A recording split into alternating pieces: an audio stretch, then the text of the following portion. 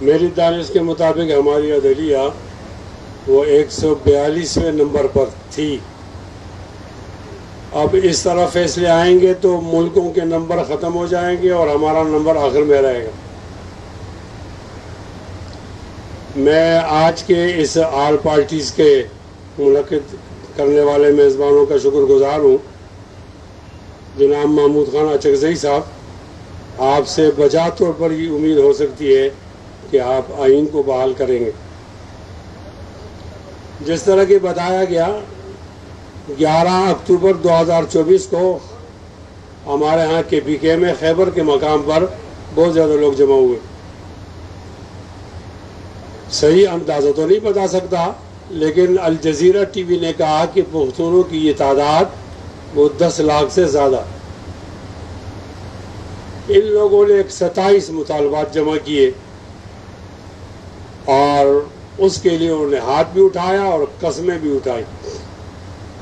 ان 27 مطالبات میں ہمارے صوبے کے سارے مسائل کا حل موجود ہے. میری درخواست ہوگی کہ آج کے اعلامیہ میں ان 27 مطالبات کو شامل کیا جائے. میری ایک اور درخواست بھی ہے کہ وہاں پتہ تو ہے نا، وہاں اسد قیصر صاحب ناراض نہ ہو، وہاں پی ٹی آئی کی حکومت ہے. تو اب کس سے کے سامنے رویا جائے؟ ہمارے جرگے کے 2-3 ممبران ہیں. ایک کا نام ہے ملک نصیر کوکی خیل اور ایک کا نام ہے لالا عبدالصمد. ان کو اس لیے سزا دی جا رہی کہ آپ نے جرگے کی میزبانی کیوں کی. تو طریقہ اتنا بھونڈا اختیار کیا، ایک جھوٹی ایف آئی آر ایک ضلع میں آ جاتی ہے، 2 ہفتے اس ایف آئی آر کو بھگتنا پڑتا ہے. جیسے ہی ہمارے ساتھی رہا ہونے کے قریب ہو جاتے ہیں تو ایک اور ضلع سے ایف آئی آر جھوٹی آ جاتی ہے اور کہا جاتا ہے جی ہمیں مطلوب ہے. وہ اکتوبر کے بعد سے گرفتار ہیں اور آج تک گرفتار. ہم وزیر اعلیٰ صاحب سے ملے، میں بذات خود بھی ملا. میں نے ان کو بتایا آپ تو ہمارے آدمی ہیں، پوزیشن کے آدمی ہیں، لیکن ہمارے ساتھ انہوں نے کوئی کوآپریشن نہیں کی. اسد قیصر صاحب ہر بات کا جواب دیتے ہیں. مجھے امید ہے کہ اس موقع پر وہ اپنی ذمہ داری کا احساس کریں گے کہ آپ نے وزیر اعلیٰ کو کیا بتانا ہے اور کتنی آپ ہمارے ساتھ ہیلپ کر سکتے ہیں. میں جس وقت آپ کے ساتھ باتیں کر رہا ہوں تو ہمارے یہاں بمباری ہو رہی ہے، باجوڑ آپریشن، اور مشتاق صاحب نے بتا دیا کتنے آپریشن ہوئے. تو آپریشن تو کسی مسئلے کا حل ہی نہیں ہے. اور عجیب بات یہ ہے کہ وہاں بالکل پاک فوج، ناپاک نہیں، پاک فوج آئی اور انہوں نے شہری بستی پر بمباری کی. انہوں نے یہ بیانیہ بنایا مقابلے میں، جب بمباری ہوئی تو کہا یہ بمباری تو طالبان نے کی ہے اور ہم اس کی مذمت کرتے ہیں، اور اس جھوٹ بولنے کے لیے وزیر اعظم کا انتخاب کیا گیا. ایک کھلا جھوٹ، یعنی بمباری کی ہے خود اور کہا کہ یہ بمباری طالبان نے کی ہے. تو ہمیں خدا کے لیے آپ لوگ صوبہ سرحد کے عوام کو طالبان سے بھی ہماری جان چھڑا دو نا، اور ہماری فوج سے بھی ہماری جان چھڑا دو. ہم بہت مشکل حالت میں ہیں. میرا ایک چھوٹا سا کمرہ ہے، اس کو میں نے سجایا ہوا ہے. سجانے کے بعد میں انتظار میں ہوں کہ میں اس میں سکون سے رہوں گا. اب پہلے آتی ہے وہاں چوہا، اب چوہے کو مارنے کے لیے آ جاتی بلی، تو بلی نے بھی میرا گھر تباہ کر دیا اور چوہے نے بھی ہمارا گھر تباہ کر دیا. ہمارا کیا گناہ ہے؟ باوجود اس کے کہ ہم بارڈر پر ہیں، افغانستان کے ساتھ ہمارا خونی تعلق ہے. خدا نہ کرے، ہمارے پشتوں میں کہتے ہیں غگ، جب وہ ہمیں غگ کریں کہ آؤ لڑو بڑ افغان ایک ہو جائیں، پھر آپ کہاں چھپو گے؟ کتنے لوگ مارو گے؟ پاکستان کی ایک اکائی کے اندر آگ جل رہی ہے اور آگ جلانے والے جو ہے وہ عجیب لوگ ہیں، وہ بات ہی نہیں سنتے. اس لیے ہم یہاں آئے ہیں کہ ان بہرے لوگوں کو اونچا سنائی دیتا ہے، ان کو اونچا سنائیں ہمارا کوئی گناہ نہیں، ہمیں نہیں مارو. میں آپ حضرات سے اپنی دکھ بھری یہ داستان اسے سناتا ہوں کہ آج اس آپریشن کے ذریعے ہمارے پختونوں کو وہاں سے مہاجر کر دیا جائے گا. مہاجر کرنے کے بعد پھر ان علاقوں میں جو معدنیات ہیں ان پہ قبضہ کیا جائے گا. آپ کے پاس کوئی حل ہے؟ ان کے کہہ دو معدنیات چاہیے تو ہمیں کیوں مارتے ہو؟ ایسا بھی تو ہو سکتا ہے کہ ہم زندہ رہیں اور آپ معدنیات لے جاؤ نا،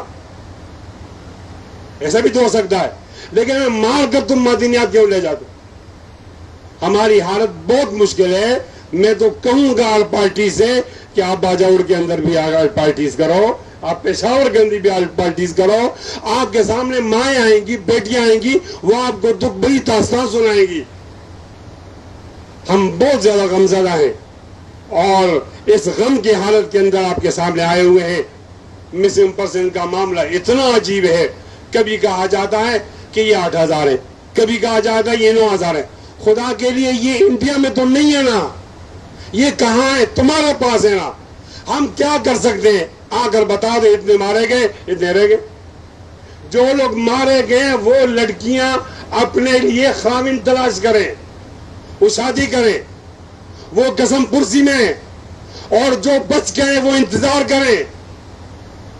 ہر رات وہ لوگ اپنے بچوں کو سمجھانے کی دروازہ کھولتے ہیں اور کہتے ہیں آپ کا ابو بھی آئے گا اور آپ کا ابو آئے گا۔ رات ہو جاتی ہے، عشاء ہو جاتی ہے، ابو واپس نہیں آتا۔ کس قسم کی مصیبت کے اندر پڑے ہوئے۔ ہم یہ قتل نہیں کہتے کہ آپ مسنگ پرسن کو زندہ چھوڑو، تمہارے منہ کو خون لگ گیا مارو، لیکن صحیح تو بتا دو نا کہ اتنے رہ گئے، اتنے مر گئے، اتنے اور ماریں گے، تاکہ بھائی ٹینشن تو ختم ہو جائے۔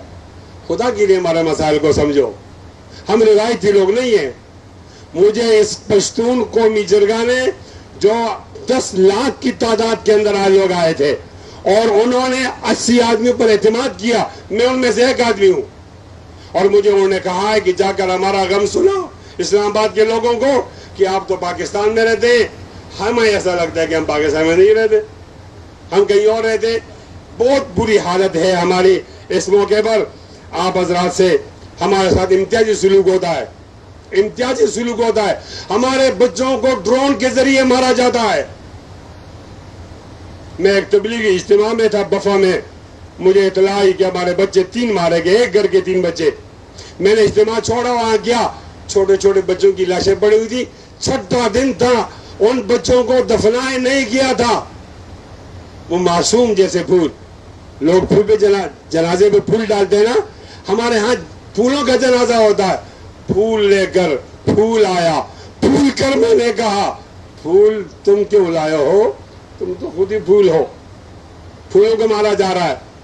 میں تعریف نہیں کر رہا جرگے کی، ہم نے وہاں سٹیٹ لیا کہ نہیں چاہیں گے، معذرت کرو، ان کو پیکج دو اور آئندہ آپ ڈرون نہیں کرو گے۔ وقتی طور پر میں کہا گیا کہ آئندہ ڈرون نہیں کریں گے۔ پہلے دن بتایا گیا کہ یہ ڈرون تو آیا ہے، انڈیا سے آیا ہے اور انڈیا کے لوگ مار کے گئے۔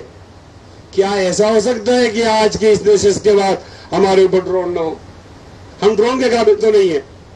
ہم قانون سے جان نہیں چھڑانا چاہتے، ہمارے اندر بھی گناہگار ہوں گے، ہمارے ساتھ وہی سلوک کیا جائے جو لاہور والوں سے کیا جاتا ہے، ہمارے ساتھ وہی سلوک کیا جائے جو اسلام آباد والوں سے کیا جاتا ہے، ہمارے ساتھ وہی سلوک کیا جائے جو کراچی والوں سے کیا جاتا ہے۔ وہاں تو ایک آدمی کو ٹارگٹ کیا جاتا ہے اور تلاش کر کے پکڑا جاتا ہے، ہمیں پوری بستی کو اڑا دیا جاتا ہے اور پوچھنے والا کوئی نہیں۔ کیا ہم اس لیے پیدا ہوئے کہ جنازوں میں اٹھائیں؟ کیا اس لیے پیدا ہوئے کہ ہمارے زخمیوں کی تعداد میں اضافہ ہو؟ یہ اللہ، آپ تو سنتے رہتے ہیں، پتہ نہیں آپ کو ہمارا خون کیوں نظر نہیں آتا، اور کب تک ہم مار کھائیں گے؟ ہمارا گناہ کیا ہے؟ کوئی گناہ تو بتائے۔ ہم پاکستان کے وفادار ہیں، ہم اس غدار نہیں ہیں، لیکن پھر بھی ہمارے ساتھ یہ سلوک ہو رہا ہے۔ آج ہم نے اپنی فریاد آپ تک پہنچا دی ہے۔ مجھے بتایا گیا کہ وقت بہت کم ہے اور مجھے اس کا احساس بھی ہے۔ ہمارا صوبہ میدان جنگ تھا، 80,000 لوگ مارے گئے، کابل کی جنگ ہمارے پاس لائی گئی، آج دوبارہ اس کو میدان جنگ بنانے کی کوشش کی جا رہی ہے، مزید 80,000 لوگ مارے جائیں گے۔ اس کے بعد صرف ہم فاتحہ کریں گے اور کچھ نہیں کریں گے۔ خدا کے لیے ظالم کا ہاتھ روکو، ظالم بہت تکڑا ہے، جب تک ہم ایک پیج پر نہیں آئیں گے ظالم نہیں رکے گا۔ میں کس طرح بازار کی تعریف کروں؟ میں خون کے نیچے، میں بم کے نیچے، ڈرون کے نیچے تعریف نہیں کر سکتا۔ وہ جو میرا قاتل ہے وہ مجھے مارتا ہے اور میرے بھائی کو حکومت دیتا ہے، اس کو گورنر ہاؤس میں بٹھاتا ہے، میرے دوسرے بھائی کو وزیر اعلیٰ بناتا ہے، ان کو یہ پتہ ہے کہ اقتدار کے پجاری ہیں، یہ پختون قوم کے خون پر ایک نہیں ہوں گے. خدا کے لیے ایک ہو جاؤ، خدا کے لیے ایک ہو جاؤ. جتنی آپ دیر کرو گے خون اور بڑھے گا. اگر آپ ایک ہو گئے، میں لکھ کر دیتا ہوں، یہ خون بند ہو جائے گا، ظلم بند ہو جائے گا. اور اگر ہم ایک نہیں ہوں گے تو ہم اسی طرح مار کھائیں گے، ایک دوسرے کو تانے دیں گے. جب تک ہم ایک پیج پر نہیں آئیں گے ظالم کا ہاتھ روکنے کے لیے، جان قربان نہیں کریں گے، تو ہمارے بچے نہیں بچ سکتے. اے اللہ اس گھڑی کے اندر ہماری مدد فرما اور ہمارے اس آل پارٹیز کو یہ توفیق فرما کہ ایسا اعلامیہ جاری ہو جائے جو میرے دکھوں کا مداوع کرے. میں آپ کو شکریہ ادا کرنا چاہتا ہوں. میرے باتوں سے کسی کو تکلیف ہوئی تو معذرت چاہتا ہوں. اور میں اسد قیصر صاحب سے یا پی ٹی آئی کی دیگر ساتھیوں سے بھی کہتا ہوں کہ آپ تو جب اقتدار میں ہوتے ہیں تو سب کو نشہ ہوتا ہے، اور جب اقتدار سے آپ نیچے آتے ہیں پھر تو آپ معذرت کرتے ہیں ہم سے غلطی ہوئی. تو میں بھی آپ کا وکٹم ہوں. مجھے پکڑا گیا اور مجھ پر غداری کا کیس بنایا گیا. پکڑا بھی کس طرح گیا؟ ایف آئی آر میرے بنی مرکزی کابینہ میں. وہ یہاں سے چلی پشاور کو، پشاور سے ایبٹ آباد چلی، ایبٹ آباد سے وہ مانسیرا چلی، اور مجھے 6 مہینے ڈسٹرب رکھا گیا. اور جب میں نے ساتھیوں سے پوچھا ایسا کیوں ہوا تو انہوں نے کہا جی ہم تو استعمال ہو گئے، اس کسی اور کا اختیار تھا. بس آج یہ استعمال ہو رہے ہیں، کل وہ استعمال ہو رہے تھے. ہم فار یوز ہیں. جب تک ہم فار یوز رہیں گے تو میرا خیال سے ہمارا یہ حشر ہوگا. اللہ تعالیٰ کرے کوئی سلطان صلاح الدین ایوبی آ جائے اور ہمارے مظالم کا خاتمہ ہو. بہت زیادہ شکریہ.